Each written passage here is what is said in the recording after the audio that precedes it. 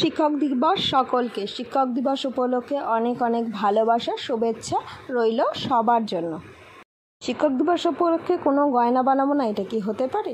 তো চলো আজকের ভিডিওটা শুরু করা যাক।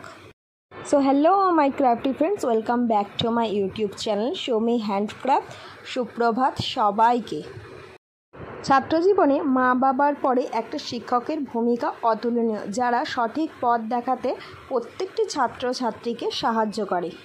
ভারতবর্ষের অন্যতম মহান শিক্ষাবিদ তথা প্রাক্তন রাষ্ট্রপতি ডক্টর সর্বপল্লী রাধাকৃষ্ণনের জন্মদিন উপলক্ষে প্রতি বছরই 5ই মে শিক্ষক দিবস পালন করা হয়। ছোটোবেলাতে এই দিনটাতে প্রত্যেকটি শিক্ষকের জন্য নিজে হাতে কার্ড বানিয়ে তাদেরকে উপহার দেওয়ার মজাটাই ছিল আলাদা। সারাটা দিন স্কুলে গিয়ে শিক্ষক সেজে নিচুতম ক্লাস অ্যাটেন্ড করা, তারপর বাড়ি ফিরে টিউশন ক্লাসে নাচ গান আবৃত্তি নাটক আরও কত কিছু, তারপরে তো জমিয়ে খাওয়া দাওয়া। সেই দিনগুলো ছিল অতুলনীয়। ছাত্রজীবন শেষ করার পরে সেই দিনগুলোর কথা আরও যেন বেশি বেশি করে মনে পড়ে। সেই সমস্ত স্মরণীয় মুহূর্তগুলো তো আর ফিরিয়ে আনতে পারবো না জীবনে, সেই জন্য সেইগুলো ভেবেই আমি এই ক্লে দিয়ে গহনাটা বানাচ্ছি আমার ছেলের টিচারের উদ্দেশ্যে। সর্বপ্রথমে ক্লের হার্ডেনার এবং রেজিনটাকে ভালোভাবে মিক্সড করে নিয়েছি। তারপর সেটাকে আমি বিনার একটা আকৃতি দিয়েছি। অ্যাক্রিলিক কালারের সাহায্যে বিনাটাকে পুরো কালার করে নিয়ে, কালারগুলো ভালো মতন শুকিয়ে গেলে আমি একটা কোট ভার্নিশের করে নিয়ে ভার্নিশটাকেও ভালোভাবে শুকিয়ে নিয়েছি। এরপর আসি নেক পিসটার বেস থিমের ওপরে।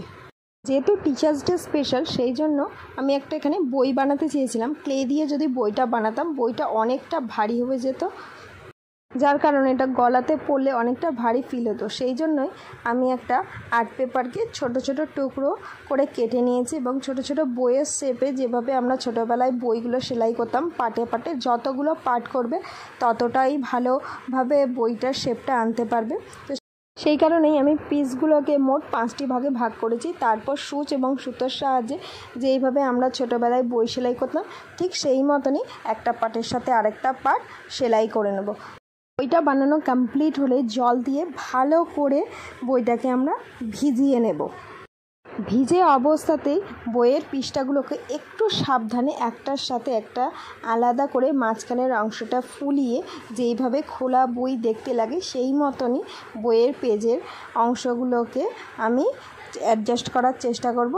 পৃষ্ঠাগুলোর শেষ প্রান্তে সামান্য একটু করে আঠা লাগিয়ে দিলে দেখবে পেজগুলো একদম খোলা বই যেভাবে থাকে ঠিক সেইভাবে অ্যারেঞ্জ হয়ে গেছে। এই কি একটু সাবধানে করতে হবে, যেহেতু ভিজে থাকবে পৃষ্ঠাগুলো ছিঁড়ে না যায়, একদম আলতো হাতে করবে, তো দেখবে সম্পূর্ণটা খুব ইজিলি হয়ে যাবে। তারপরে ভালো করে এটাকে রোদে শুকিয়ে নিয়েছি। তারপরে আমি এটা পুরানো বইয়ের কালার করার জন্য এটাকে আমি ব্রাউনের সাথে হালকা একটু ইয়েলো মিশিয়ে বইয়ের কালারটা করেছি। কালারটা সম্পূর্ণ শুকিয়ে যাবার পরে মার্কার দিয়ে এর ওপরে নৌকাডুবিটা আমি একটুখানি হাতেই লিখে নিয়েছি। তারপরে এখানে একটা তুলি এবং একটা কলমও বানিয়ে নিয়েছি। একে একে সমস্তগুলো বইটার ওপরে আঠার সাহায্যে আটকে দেব। সব শেষে একটা কড়ি, সামান্য কটা পালসের বিটও আমি অ্যাড করেছি এবং সবথেকে বেশি যেটা জরুরি সেটা হলো ভার্নিশ। একটা ভার্নিশের কোট করে দিলে আলাদাই একটা শাইন চলে আসবে। সবশেষে টার্সেলটাকে গ্লু এবং ক্লের সাহায্যে বইয়ের পেছনের অংশে আটকে দিয়ে পেছনের অংশটাকেও ভালোভাবে আমি কালার করে দিয়েছি। তো দেখতেই পাচ্ছ এটার ফাইনাল লুক। ভিডিওটা ভালো লাগলে লাইক কমেন্ট শেয়ার করতে ভুলো না। আজ তাহলে আসছি, দেখাবে নেক্সট ভিডিওতে।